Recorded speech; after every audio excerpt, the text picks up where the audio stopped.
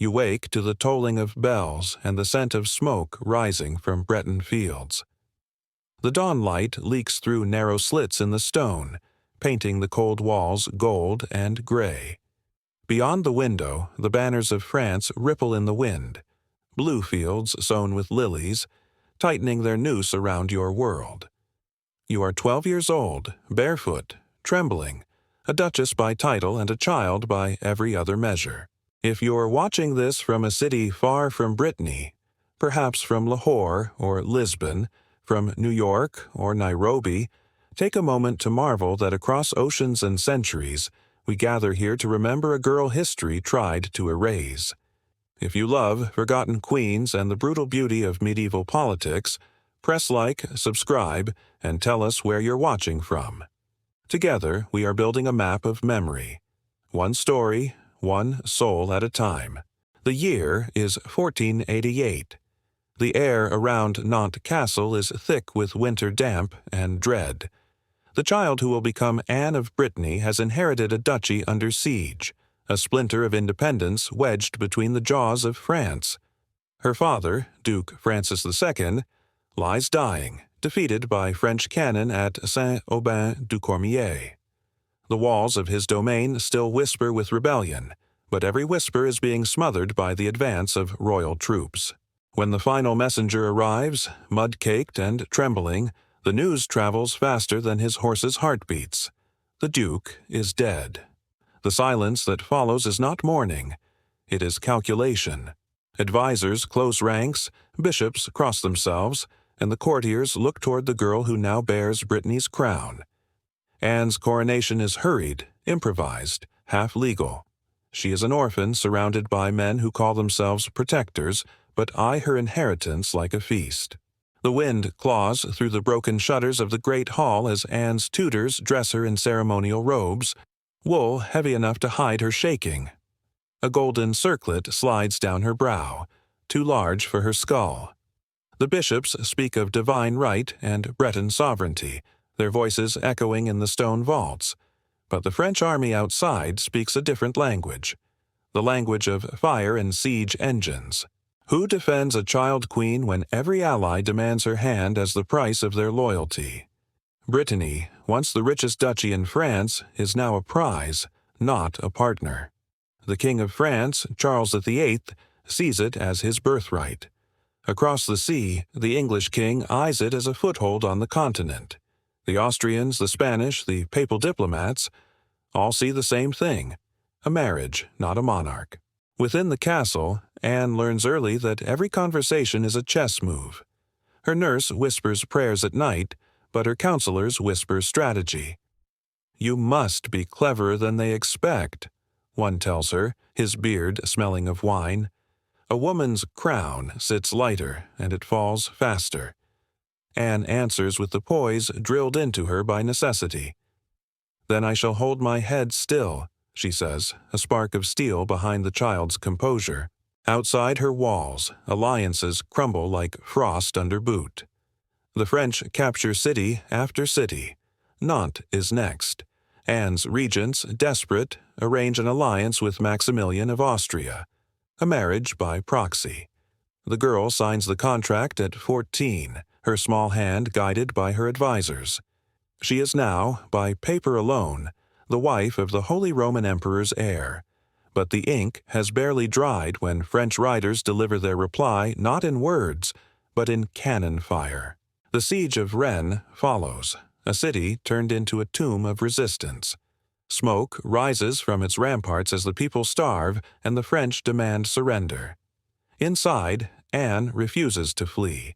Chroniclers describe her riding through the streets on horseback, armor gleaming beneath her cloak, her pale face set with a courage both learned and inherited. She becomes a symbol, not of victory, but of defiance, a girl queen holding an empire at bay. Still, the logic of empire is patient. By 1491, Rennes falls. The gates open not to cheering, but to exhaustion. Anne is cornered by diplomacy disguised as mercy. Charles VIII offers her peace and marriage. The very man who raised her duchy now demands her hand to legitimize his conquest. Her advisers, fearful and pragmatic, beg her to accept. History records that Anne wept before the altar at Langeais. The church lit with thousands of candles that turned the ceremony into a kind of coronation and funeral combined. When she lifted her gaze to the French king, young, triumphant, her enemy and husband, witnesses say she did not speak a word. Her silence, they wrote later, was heavier than any oath. Outside, the bells rang again. The same bells that once woke her in the tower now tolled for the death of Breton freedom. Yet within that silence, something else was born. Not submission, but strategy.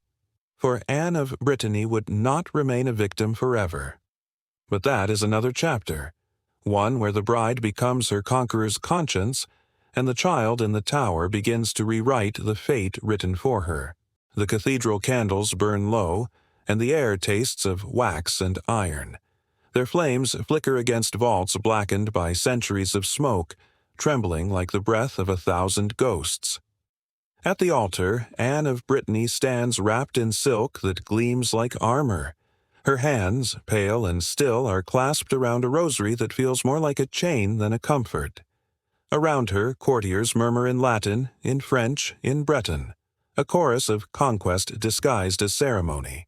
The marriage of Anne and Charles VIII was called peace, but the walls of the Château de Langeais remember it differently. The French king entered the duchy with soldiers, not suitors. The gates opened not to love, but to surrender. The girl who once defied an empire now stands before the man who broke her homeland, and her wedding is the final act of a long and silent siege. The court chroniclers called her calm, dutiful, even pious. But if you look closer at the records, the hesitant phrasing, the omissions between lines, you can almost feel the tension humming beneath the velvet. Was this a wedding, or an execution carried out by prayer and parchment? The December night outside is sharp with frost. Inside, the cathedral glows with thousands of candles, each wick burning in witness. Anne's gown is white and gold, stitched with lilies, the emblem of France. To wear it is to bury her own, the black ermine of Brittany, the emblem of a lost sovereignty.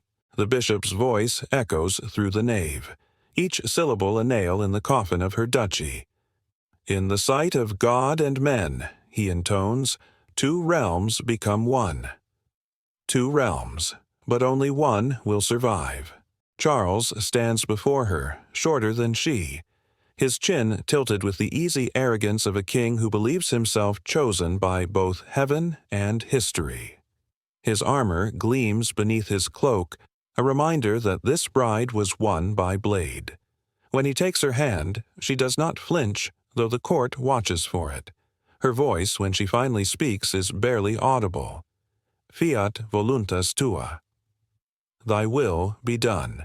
Outside, the bells of Langeais erupt in sound. They are meant to proclaim joy, but their peals fall heavy as funeral tolls. In the streets below, soldiers cheer, and Breton envoys bow their heads, knowing their homeland has been absorbed into France with this single vow. That night, the royal entourage feasts beneath banners of silk and gold. Musicians play, goblets clink, and the scent of roasted meat and spiced wine fills the hall. But behind the walls of the bridal chamber, history grows quiet again. Chroniclers will not record what happens there, only that the queen was delivered to her husband. But in that silence, the reality of royal marriage is stripped bare, a treaty made flesh, a kingdom consummated. Anne was 15 years old. By morning, her crown has changed shape. She is now Queen of France and prisoner to its throne. Yet the girl who once rode through the siege of Rennes does not vanish.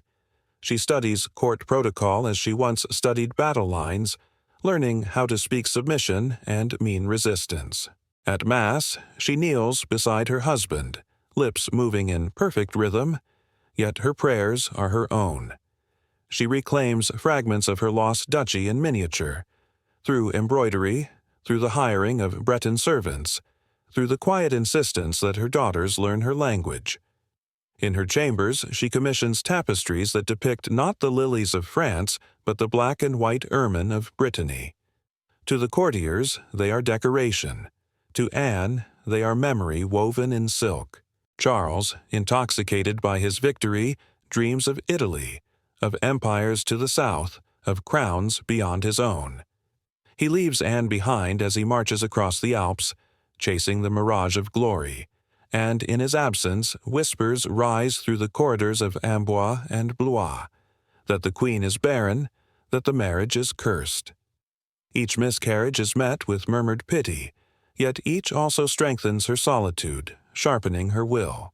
When news arrives, years later, that Charles is dead, struck down not by battle, but by a stone lintel he struck his head upon, Anne's reaction is not recorded, only that she did not weep in public. Some say she crossed herself and whispered, "God's will returns what was taken." For the first time since her childhood, she is free to decide her own fate, or so it seems, but freedom in royal courts is a mirage that flickers and fades with every new alliance. France demands another union, another marriage to secure the throne, and once again Anne finds herself summoned to the altar. This time, the groom will be her late husband's cousin, the future Louis XIII. And as the court prepares the veils and vows, the queen who once surrendered her duchy steels herself to survive her crown. The candles will burn again, and the air will once more smell of incense and iron. But the girl who once trembled at the altar is gone. In her place stands a woman who has learned that silence can be sharper than any blade. The marble corridors of Blois gleam with cold light, and every step echoes like the toll of a distant bell. Anne of Brittany moves through them not as a prisoner, yet not as a free woman either. Her silks whisper across the floor, the sound of dignity stitched over grief. She has outlived kings, wars, and children, and the hush that follows her is not reverence alone. It is the weight of survival. By the turn of the century, France is a kingdom poised between splendor and exhaustion. Louis XIII now wears the crown, Anne's second husband, her first husband's cousin, and the man who owes both his throne and his peace to her. Their marriage, unlike the first, begins not in conquest but in calculation. Louis had sought her hand before Charles's death. Now, with the blessing of the Pope and the pressure of politics, he secures both queen and duchy anew. Yet this time, Anne sets the terms. The wedding contract is a masterpiece of quiet rebellion. The Duchy of Brittany, it declares, shall remain separate, never to be absorbed into France without the consent of its ruler, and its ruler, even as Queen of France, will be Anne. In an age when women were written into treaties as property, she writes herself as a sovereign. But sovereignty is no shield against sorrow. Within the royal nursery, lullabies turn to laments. One by one, her children die. Stillborn, fevered, taken before their first steps. Courtiers murmur that the Duchess is cursed, that God has closed her womb to punish her ambition. Yet each loss hardens her resolve. She fills the empty cradle with purpose, rebuilding Brittany from within the gilded cage of the French court. Her chambers become a court within a court. Breton scribes, musicians, and artists weaving culture into resistance. She funds the printing of Breton texts, restores abbeys, and revives the chivalric orders of her homeland. Even her attire becomes defiance. Gowns embroidered with ermine tails, jewelry engraved with Breton mottos. Each stitch is a declaration. I remain who I was, even here. Louis, unlike Charles, respects her intellect, even admires it. But admiration does not mean equality. He dreams of heirs. She dreams of autonomy. "You guard your duchy as though it were your heart," he once remarks with weary affection. Anne's reply is quiet but edged with iron. "It is the same thing, my lord. When it is lost, I am lost." Beyond the palace, Europe burns. Italy's riches draw France into endless wars, and the map of Christendom shifts like sand beneath armies. As men gamble kingdoms on battlefields, Anne wages her own war at court through ink, patience, and silence. She arranges alliances, resists encroachments, and ensures that every document concerning Brittany passes beneath her seal. Her enemies call her obstinate. Her allies call her unyielding. Historians will call her the last duchess, but in truth she becomes something rarer, a ruler who wields endurance as power. In 1505, illness forces her to travel south, her body weakened but her mind unbroken. Along the road, peasants kneel as she passes, whispering blessings in Breton. They no longer see the conqueror's bride, but their duchess, the woman who, even in exile within her own crown, never ceased to speak for them. When she returns to court, the mirrors no longer flatter her. Her hair is streaked with silver, her gait slower. Yet the fire within her gaze is untouched. She oversees the education of her surviving daughter, Claude, with the same rigor once denied to herself. "Learn to read the treaties," she tells her. "Men will show you crowns, but the truth is always written in the margins." As the years close in, Anne senses the approach of her final negotiation. She is barely 40 when the fevers return. The winter of 1514 wraps Blois in silence. Her attendants keep vigil as the queen breathes in ragged intervals, the scent of candle wax thick in the air. In her final hours, she dictates her will, 20 pages of precision and defiance. Every clause returns to the same refrain: Brittany must remain free.